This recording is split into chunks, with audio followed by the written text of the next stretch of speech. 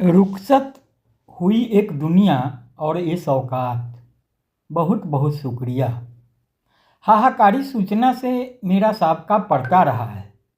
कुछ कुछ याद है जब मैं बच्चा था, माँ के साथ ननिहाल में था और वहाँ से माँ को रोते कलपते मुझे साथ लेकर घर की ओर वापस लपकते देखा था।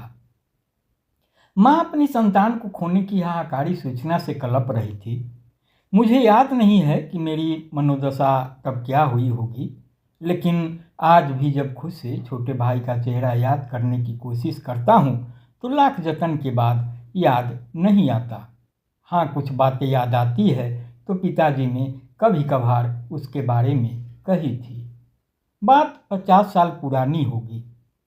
प्राथमिक स्कूल का छात्र था तो दादी के इंतकाल की सूचना पर घर लौटा था और मैट्रिक की परीक्षा देकर परीक्षा फल के इंतजार के दौरान दादाजी के जाने का।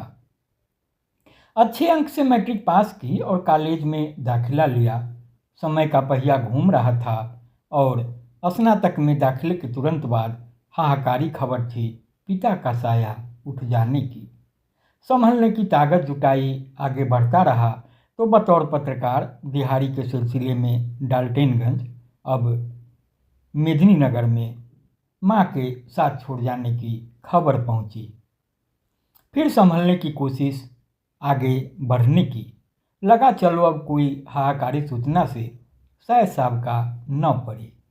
शादी हुई, फिर बेटे के रूप में घर में सदस्य का इजाफा हुआ, सब ठीक। लेकिन इसी वर्ष 17 मई को एक ऐसी हाहाकारी सूचना कि एक बार फिर 25 बरस पहले पहुंच गया। आप कहेंगे कि आज इसकी चर्चा क्यों?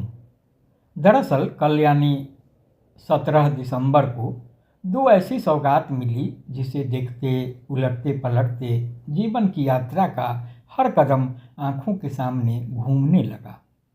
हाहाकारी खबर के 7 माह हो चले। सौगात भेजने वालों का आभार के लिए शब्द नहीं, लेकिन कुछ कहना तो पड़ेगा। मैं खुद से भी कहता रहता हूँ बहुत कुछ, खुद को समझाता रहता हूँ बहुत तरीके से, किसी न किसी हवाले से। लेकिन इतना आसान कहाँ होता है सब कुछ। कहना बहुत आसान है, होना बहुत मुश्किल। हम कह तो रहे हैं खुद से कि धैर्य रखो, सब ठीक हो जाएगा, लेकिन सब फर्जी। कुछ भी ठीक नहीं होता। लंबे और सपनों के सफ़र का सहयात्री पत्नी जब जुदा होती है तो सिर्फ कोई इकाई नहीं जाती, साथ में एक दुनिया भी रुखसत होती है। सुख दुख, संताप और वैभव की वह दुनिया जिसे बनाने, जिसे बचाने, जिससे लड़ने, जिससे पार पाने, जिसके पार जाने की कोशिश में उम्र बीत जाती है। इस दुख की तुरपाई नहीं हो पाएगी, हम यह जानते हैं, तो भी खुद से कह रहे धैर्य रखना, थोड़ा थोड़ा खर्च करना खुद को। रास्ता बिहार है और जिस बियाबान में फिलवक्त खड़े हैं वहाँ से कोई राजपथ नहीं गुजरता। निजता का कोई राजपथ हो भी नहीं सकता। असल में कहने भर को ही होता है कोई शहर। जमशेदपुर, दिल्ली, बम्बई, कलकत्ता या बेंगलुरु, हलचलें तो भीतर होती हैं जो धड़कती हैं तो शहर सांस लेता है और हम खुश हो लेते हैं कि बची रह गई है कुछ हदें, बचे रह गए हैं हमारे जिंदा रहने के कुछ सबूत, बचा रह गया है कोई शहर। धैर्य जितने काम का होता है उतना ही बेहुदा भी। यह एक बारगी नहीं आता और जब सख्त ज़रूरत हो तो यह बंक भी मार सकता है। धैर्य एक बैंक बेंचर का नाम है जिसे पास फेल के गणित और ज्यामिति से कोई लेना देना नहीं।